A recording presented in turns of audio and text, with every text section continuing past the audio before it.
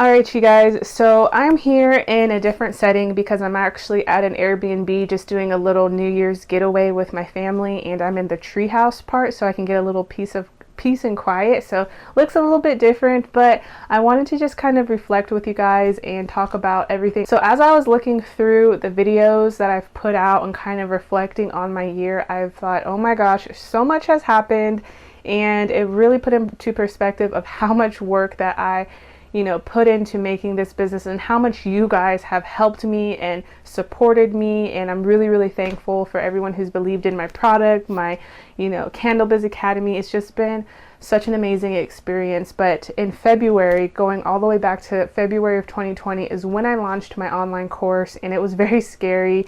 There wasn't much guidance about how to launch the kind of course that I wanted to launch. So I had to pay $2,000. I decided to invest $2,000 into learning how to do it. And it was, I'm glad because it paid off, and it really helped me develop Craftybase Academy. And so probably my biggest accomplishment of 2020 just may be Craftybase Academy. I'm really proud of myself for sticking through. A lot of tears were shed in the process. Like, it was very draining trying to put something like that together, being the only person, but I'm glad I stuck through it and actually, persevered and put the thing out. And I'm always improving it. So thank you guys who give me constructive feedback on how to improve, and thank you for anyone who's ever joined. So right after Craftybase Academy launched, we went into, lockdown mode, and I had a lot of plans this year of doing like pop-up shops, taking you guys along with me, because finally I was kind of in the space where I wanted to do like selling in person, but of course we couldn't do that, so that changed a lot of my plans. But so that happened, and I actually shifted my business like for a little bit, for like a week. I opened another Etsy shop, and I think I called it like US face mask or something like that, where I sewed face masks, you guys, and that was honestly crazy. I did not expect that little face mask shop to produce, I think it made like $1,000 in a week. I sold like 100 face masks, and I had to cut off the listing because there was so much activity on Etsy of people looking for face masks. But that is something that I did, and it wasn't something that I thought would affect or touch people, but I remember I got a letter back, and I showed it in a vlog, from this couple who sent me a letter. They were an elderly couple. They thanked me for creating like high quality face masks so they could go to the stores. And I remember I still have that letter to this day. So I'm so glad that I decided to create that little face mask shop for the short time period I did, because I feel like maybe it helped a lot of people and put them at ease so that they could go out and still do all their shopping and stuff like that. So that was in April that I sewed 100 face masks in a week. It was crazy. So June was a big month for me, you guys, because I quit my job in June, and I went full time with this business, and it was scary, but like I said in that video, I had been planning this for years. I'm someone who likes to plan things like years in advance.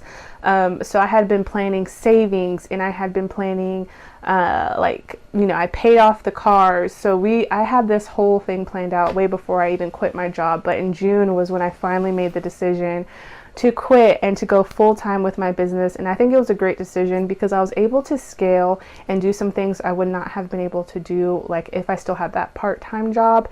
So at the end of the video, I'm going to be talking more about personal finances and business finances. So I'm very excited to share with you guys some of the plans that I have for next year. So in July, I really thought about ways that I could even, kind of branch out even further and see what other areas that I could tackle in my business. So I decided to launch a podcast because there are so many things that go on behind the scenes that I just cannot put into my studio vlogs that I still want to share with you guys. So I launched Small Biz and Coffee, and it definitely does need work as far as coming up with a consistent content schedule, but I'm really glad I launched that because so many people said that they enjoyed it. They really want me to put out more episodes, and I even started getting sponsors.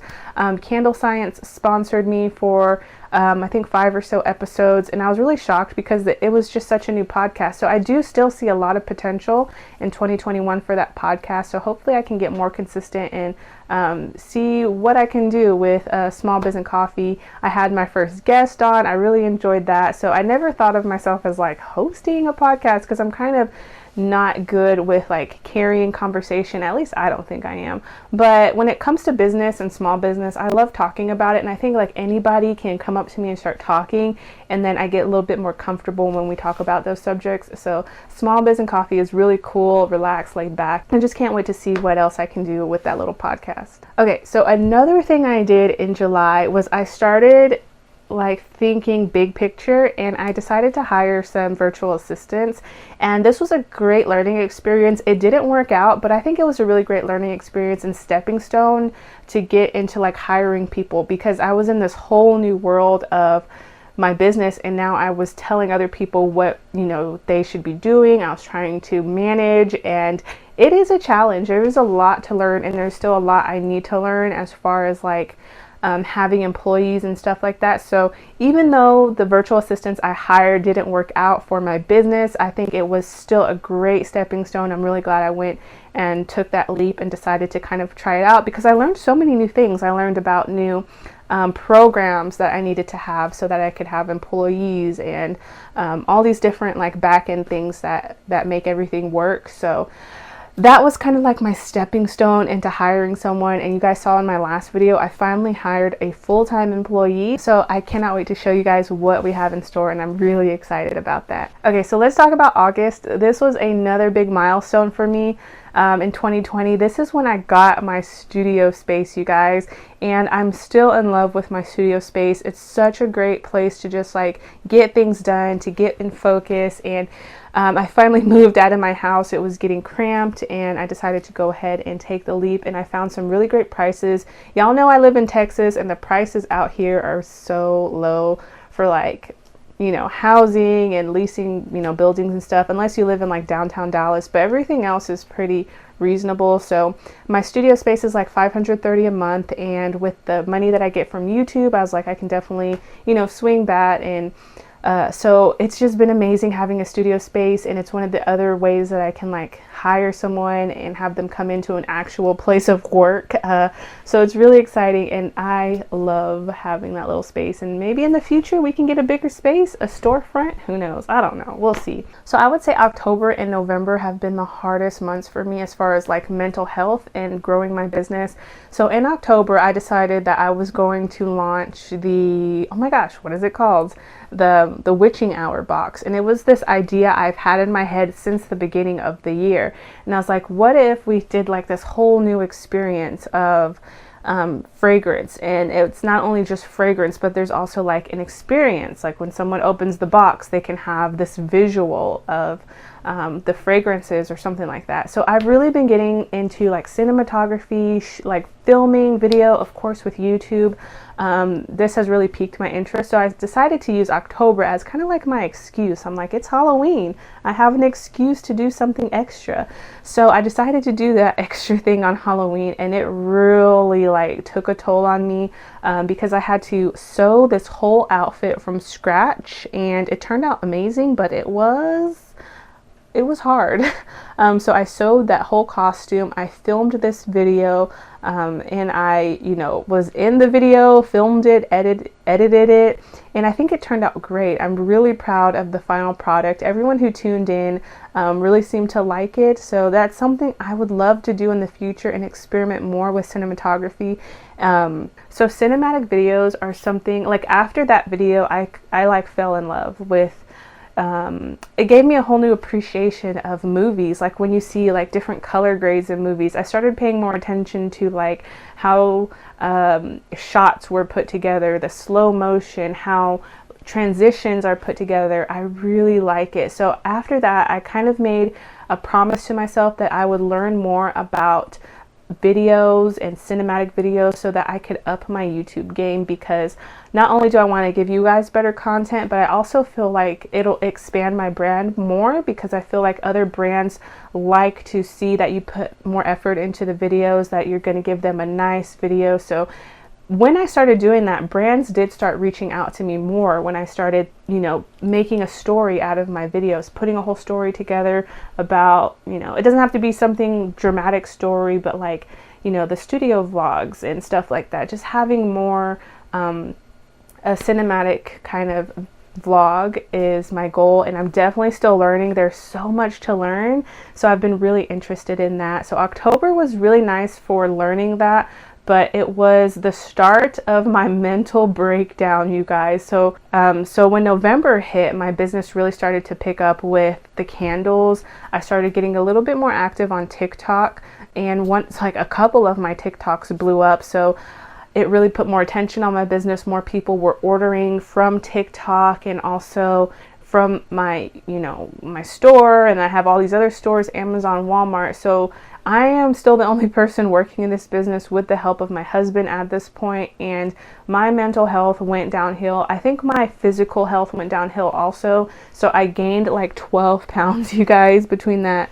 I think between like October and now, I've put on like 12 pounds just because I just did not have time to eat. So I would eat a whole bunch of fast food, and I could definitely feel burnout happening. I was not sleeping. My face really broke out really bad to where I had to go to a dermatologist and fix it. So this isn't something I've revealed to you guys yet, but that's when I decided in December, like during the peak of, ordering online, and during the peak of Christmas season, I closed my shop down. I said, there's no point in me continuing, like, I'll get more money, I'll get more sales, but at the end of the day, my health is the number one thing that I need to take care of, because what's the point of growing your business when you're literally falling apart?